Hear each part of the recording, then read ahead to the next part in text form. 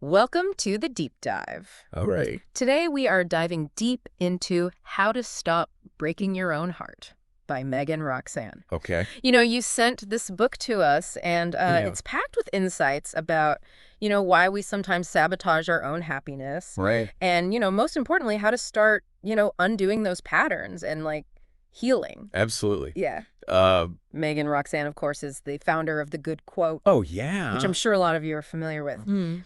She's built a huge online platform for inspirational content. Right. And this book kind of feels like a deeper dive into those themes of self-discovery and inspiration. But it's really cool because it draws on her own personal experiences and what she's learned from others, too. Absolutely. Yeah. So what we're really going to try to do today is pull out those core reasons why we do this to ourselves. Yeah. Those times where you just feel like down on yourself? Right. Meggan offers some really interesting explanations for why that might be happening, and then we'll look at those initial steps that she suggests for turning things around. Yeah. And a big focus here is on how we view ourselves and the external pressures that we all face, and even the power of just spending time alone with our own thoughts. Absolutely. And I think this deep dive is especially going to resonate with you if you've ever felt stuck in a cycle of negativity. If you're actively seeking ways to find more inner peace, or even if you're just curious about, how your own emotions work. Yeah. We all have those moments where we're like, why am I feeling this way? Right. This book might offer some clues. Okay, so let's get into it. The first major section of the book is all about how we break our own hearts. And right off the bat, she starts with depending on others for our happiness. Right. Which seems obvious when you say it out loud, but it's a trap I think we all fall into so easily. Right. It is. We do. And I think a really important takeaway here is that, when you outsource your joy, you're kind of giving away your power. True happiness. It really is an inside job. Yeah. And I think what's fascinating about this is that we're so conditioned to do the opposite. Right. We're told to look for validation and worth in external sources. But as the book points out, that's just setting yourself up for disappointment because other people's feelings and actions, they're ultimately outside of our control. Absolutely. You can't control other people. You can't control how they act. And then right after that, she tackles this whole idea of believing the myth of perfection. Yeah, this is a big one. Which feels incredibly timely, especially in our social media age. Oh, yeah. Where we're constantly seeing these highlight reels. Right. It's just a constant comparison game. Right. And what really resonated with me from Meggan's perspective on this is this idea of life as a rehearsal. Oh, yeah. This whole thing of treating life as a continuous learning process where mistakes are just data points. Right. They're not defining failures. Right.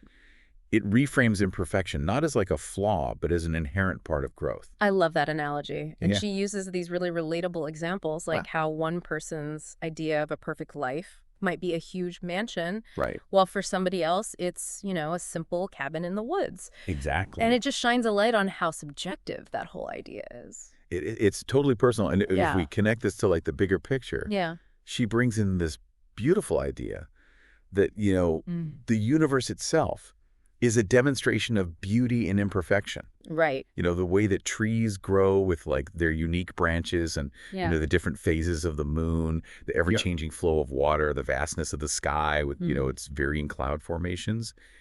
We readily accept these natural variations. Right. And we even marvel at them.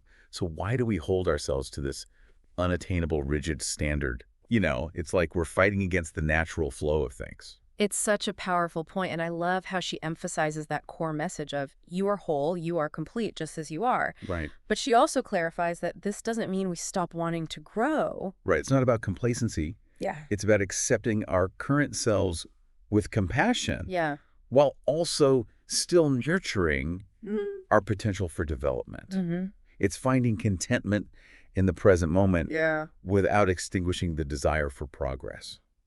Okay, so moving on, the book then explores this whole idea of following others' visions instead of our own. Oh, yeah. This one's big. And this really hits home when we think about the pressures of those external expectations, whether it's from family, friends, or society in general. So I want to ask you a question. How often do you find yourself pursuing paths that aren't really aligned with your own inner compass. Yeah. Simply because of what you think other people expect of you. Meggan shares her own experience of initially going to university because it was the expected thing to do, even though her heart wasn't in it. And there's that really powerful moment when she talks about her mom actually supporting her decision to leave. Right.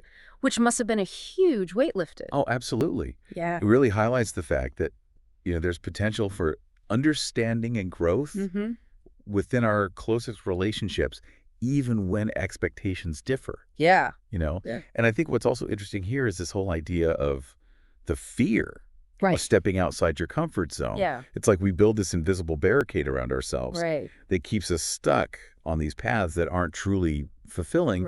And sometimes they can even be actively harmful. It ties in so well with that whole idea of gaining different perspectives, right? Totally. Because those societal norms and expectations, they're not always the best guide for our lives. Not at all. They're not always authentic to who we are individually, and that leads right into the next point. Staying in our comfort zones out of fear of the unknown. It's that paralysis that fear can induce. It prevents us from taking risks and going after what we truly desire. And, she's really open about her own experience of feeling lost and even depressed after leaving university. It wasn't this instant leap to happiness, which I think is really relatable. It is. And honest. It's honest. So what was fascinating to me was her turning point, where she talks about actively seeking inspiration from documentaries about others who had faced and overcome, really significant adversity. And it reinforces this idea that, challenges and hardships aren't simply obstacles to be avoided. They're actually the soil in which personal development grows. And it's that powerful question that she poses, If you knew you were about to die, what advice about living fully would you share?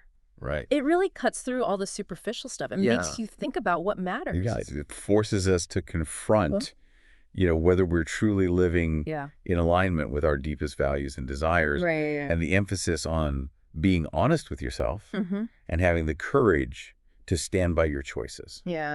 I think that's absolutely key here. So the next way that we unintentionally cause ourselves pain, according to the book, is losing sight of ourselves and our purpose.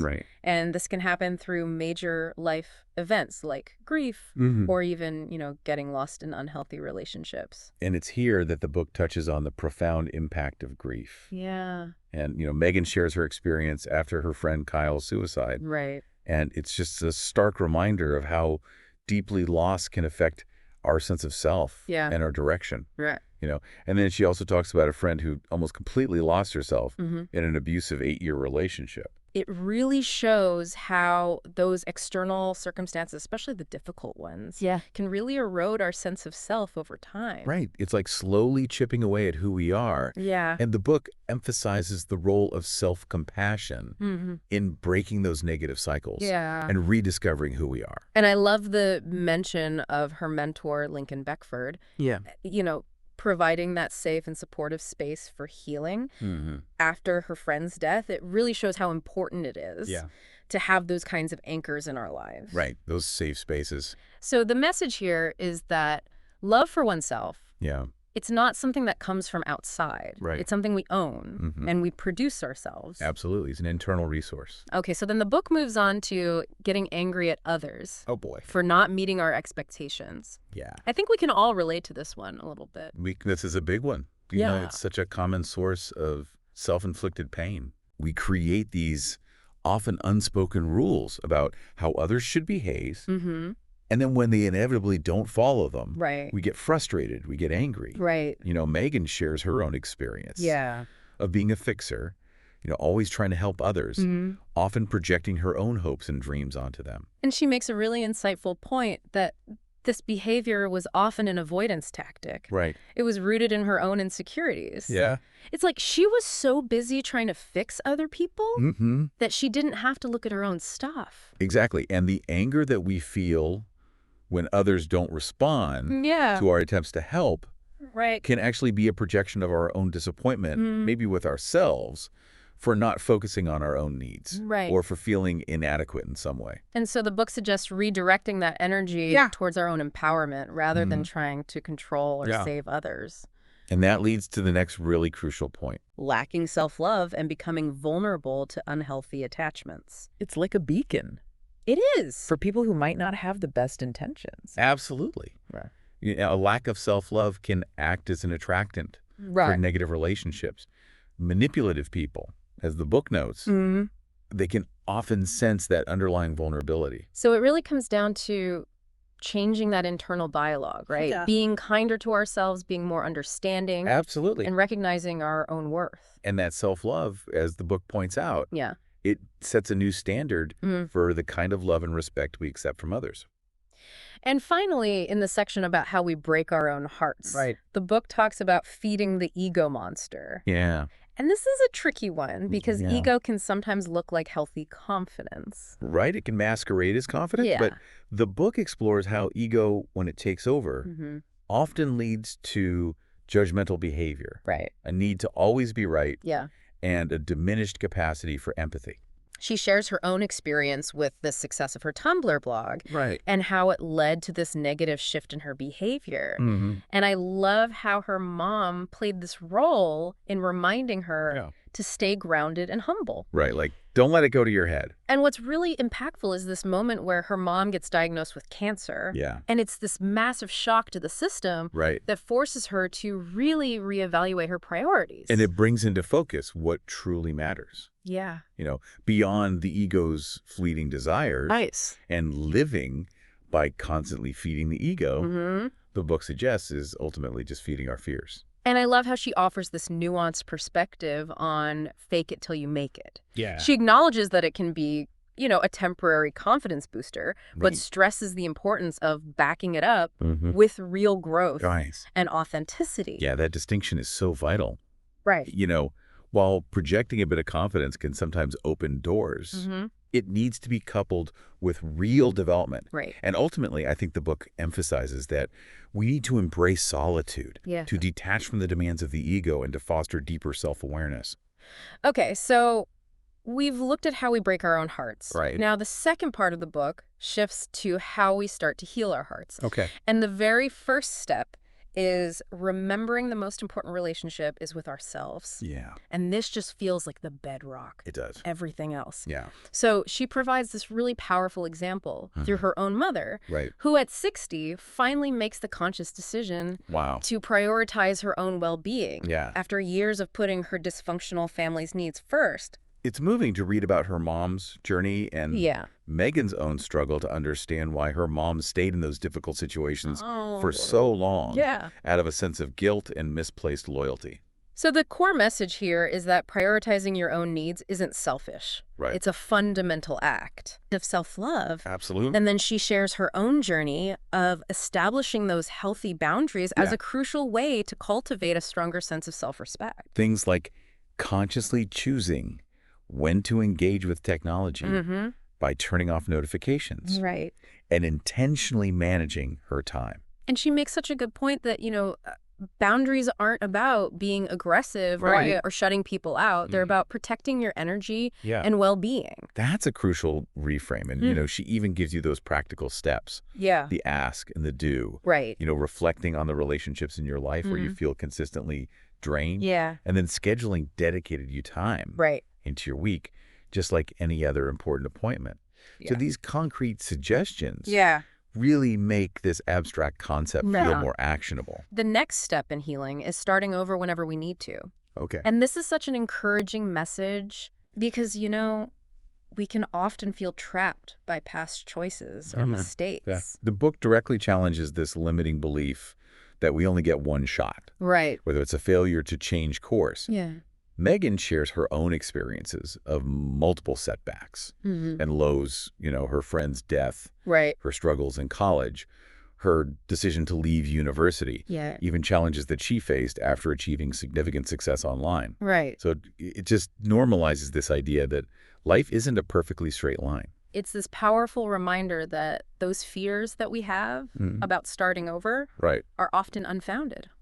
And the book also makes this important point that if we avoid making a conscious decision about our path, eventually circumstances will make that decision for us. Right. And it might not be the one that we would have chosen. She also discusses finding strength in what we perceive as failures. Right. And this whole idea that, we've got to dismantle this myth that everybody else has their lives perfectly mapped out. Oh, yeah. Social media really perpetuates that. Right. But the truth is, no one has it all figured out. And so she emphasizes that the only opinions and expectations that truly hold weight are our own. Our own, yeah. And again, she provides those helpful action steps, reminding yourself that you don't need to have all the answers right now. And then honestly questioning what's the worst that could happen if you try something and it doesn't work out. Yeah.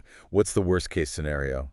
The third initial step is saying yes to new experiences. Okay. Which feels like this natural way to break free from those ruts we can get stuck in. So she shares this really formative experience with her mom's boss, Thomas Glazer. Oh, yeah. And he teaches her this pivotal lesson about the fundamental difference between working for someone and working for yourself. Right. And building something that you're truly passionate about. Right. Which must have been a real turning point for her. And so the book emphasizes the importance of pausing and reflecting whenever we're faced with a new opportunity. Right. And thinking, why are we inclined to say yes or no? And it encourages us to approach new experiences with that sense of curiosity and openness. Almost like, a child exploring the world, seeing them as opportunities for learning and personal growth. So the actionable steps here involve thinking about how today's experiences lay the foundation for tomorrow's wisdom. Yeah. And also reflecting on the qualities of people you admire. Are they generally open to new ideas and possibilities? So the fourth step is embracing solitude as a way to get to know ourselves again. Yeah. Which can be uncomfortable for some. It can. So she makes this distinction between solitude, which is deliberate, and loneliness, which is often not a choice. Right. So she shares her own realization that even when she was alone, she wasn't truly present with herself because of distractions. Distractions, yeah. And then she talks about the experience of facing her grief alone after her mom passed away. Right. And how important it is to confront that pain. Yeah. Rather than trying to numb it or avoid it. So that's a powerful example of the strength and clarity that can emerge from solitude. Yeah. It becomes a space for self-discovery and cultivating inner peace. And she even points out that embracing solitude is the opposite of seeking external validation from the ego. Right. And then she gives some practical starting points for incorporating solitude, reflecting on how being alone makes you feel without judgment. Right. And then starting small, maybe with just 10 minutes of phone-free quiet time each day. And the final step we'll talk about is viewing asking for help as a superpower. Right. Which challenges this idea that needing assistance is a sign of weakness. Right. Meggan shares her initial sense of pride in always being the helper, but her eventual understanding of the strength in being able to reach out for support, especially after her mom's death. So the kindness and generosity she experienced from her community in St. Lucia and the financial support from her grandfather really show the power of connection and asking for help. But the book also cautions us that vulnerability can sometimes attract people with less than noble intentions who might present themselves as saviors. So ultimately, the emphasis is on recognizing and nurturing our own inner strength while also understanding that it's okay and even courageous to seek support when we need it. Absolutely. So the actionable steps here are reflecting on the compassion and advice you would give a friend going through a tough time. Right. And then applying that to yourself. And then also reflecting on the qualities you cherish. Yeah. In a supportive friend. Those are often the same qualities we should seek in a partner. So we've explored a lot of insights in how to stop breaking your own heart, the importance of self-awareness, challenging those limiting beliefs, and taking those small steps towards self-compassion. And it's important to remember that this deep dive is just a starting point. Right. The journey of healing and learning how to truly stop breaking your own heart. It's ongoing and it's personal. So on that note, here's a final thought for you. Inspired by the book and by that moment in 8 Mile that she references. Think about the power of radical honesty with yourself. Truly acknowledging both your strengths and your vulnerabilities right, without flinching. without holding back. Could that kind of self-awareness, that deep acceptance of who you are, be the ultimate foundation for building unshakable inner strength? That's a powerful question to sit with. Right. And I think we encourage you to reflect on it. Yeah. Which of these steps resonated with you the most, and to consider taking one small action in that direction this week. Thank you for sharing this book with us and for embarking on this deep dive with us today. Absolutely. Until next time. See ya. Bye.